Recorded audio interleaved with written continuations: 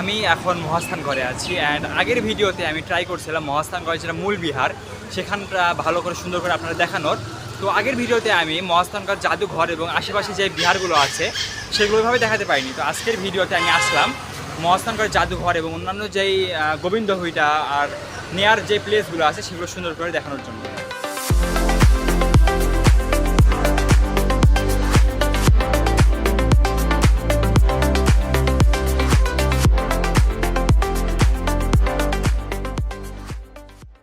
তো কী অবস্থা সবার, এখন বিকাল 4টা বাজে অ্যান্ড আজকে আমি আছি মহাস্থানগড়।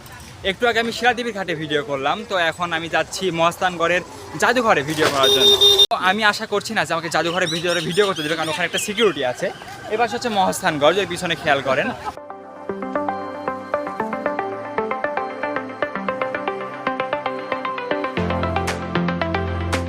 তো এখানে যেটা মূল জাদুঘর, এখানে ঢুকে গেছি। রাস্তাটা অনেক জোস, রাস্তার দুই পাশে ফুলের মতো করে ডেকোরেশন করে রাখছে। ওই পাশে কয়েকটা মেয়ে ছবি তুলতেছিল, ওই পাশে মূল গেটে কোনো শ্যুট নিতে পারলাম না ওইভাবে। সামনে আরেকটা গেট আছে এ পাশে। আমি এখানে আসছিলাম অনেক বছর আগে, তাও 5 বছর আগে মেবি হয়ে যাবে অতদিন। তো আপনারা হয়তো অনেকে মনে করতে পারেন যে আমি জাদুঘরের ভিতরে কীভাবে ভিডিও করছি, কারণ এখন মূল যেই জাদুঘর ওটার ভিতরে এখনও ঢুকিনি। এটা শুধু বাইরের স্ট্রাকচারটা আর বাইরের ডেকোরেশনটা। এ পাশে বড় একটা স্ট্রাকচার শাপলা ফুলের মতো, মানে আমাদের পয়সার মতো এক কথায়। আমরা এখনও মূল জাদুঘরে ঢুকিনি, তার আগে বাইরে দেখি এখানে অনেকগুলো মূর্তি। তাহলে ভিতরে আরও সুন্দর সুন্দর মূর্তি আছে। ভিতরে অনেক বড় একটা মূর্তি আছে, সবচেয়ে বড় যেটা, সেটা আমি রেকর্ড করার ট্রাই করব। দেখি ভিতরে কতদূর আমি রেকর্ড করতে পারি। এই পাশে গেটটা, এই পাশে আমাদের ঢুকতে হবে এখন এই ভিতর দিয়ে।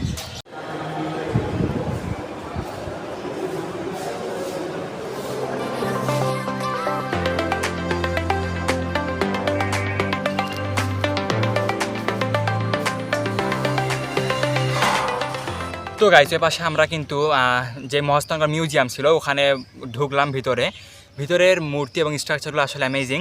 কিন্তু আমি ওখানে 6 বছর আগে গেছিলাম, কিন্তু যেটা বড় সবচেয়ে মূর্তি, জাস্ট ওটার একটা ক্লিপ নিতে পারছি আর লুকায় একটা ক্লিপ নিতে পারছি। এখন ভিডিও ছাড়াবার কপিরাইট দিবে নাকি আমি জানি না, বাট তাও আমি ছাড়বো। তো এই পাশে গোবিন্দভিটায় আছি। গোবিন্দভিটাতে বেশি বড় না, একটা ছোটোখাটো জায়গার মধ্যেই একটা বিহারের মতো এটা।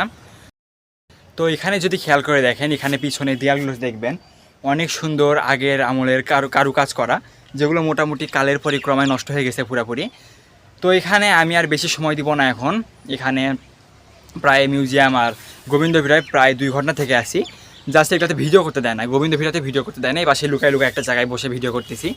এই পাশে যদি ফুল ফ্রেমে দেখেন,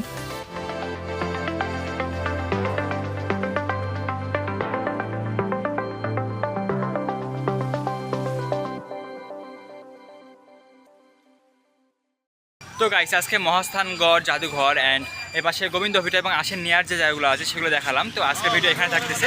যদি ভিডিওটি ভালো লাগে সাবস্ক্রাইব করবেন অ্যান্ড নেক্সটের ভিডিওর জন্য আমাকে ফেসবুকে ফলো করতে পারেন।